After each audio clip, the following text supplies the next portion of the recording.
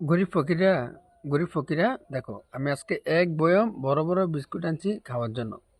তো আমি তো সেলিব্রিটি ব্যক্তি, আমি তো আবার ছোট ছোট বিস্কুট খাই না, বড় বড় বিস্কুট খাই, এমনকি অনেক দামি বিস্কুট খাই। দেখছো, অনেকগুলো নিয়ে বেশি খাওয়ার জন্য। এগুলো অনেক দামি। তো এখন আমি খাবো এগুলা।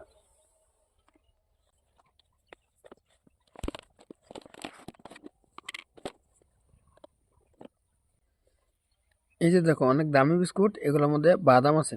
মানে দামি বিস্কুট না, এই কারণে। আবার বিস্কুটটি কি অনেক বড় বড়।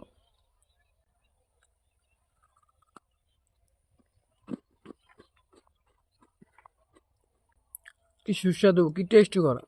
এরকম বিস্কুট সবাই খেতে পারে না, একমাত্র আমার মতো সেলিব্রিটি ব্যক্তিরা খেতে পারে।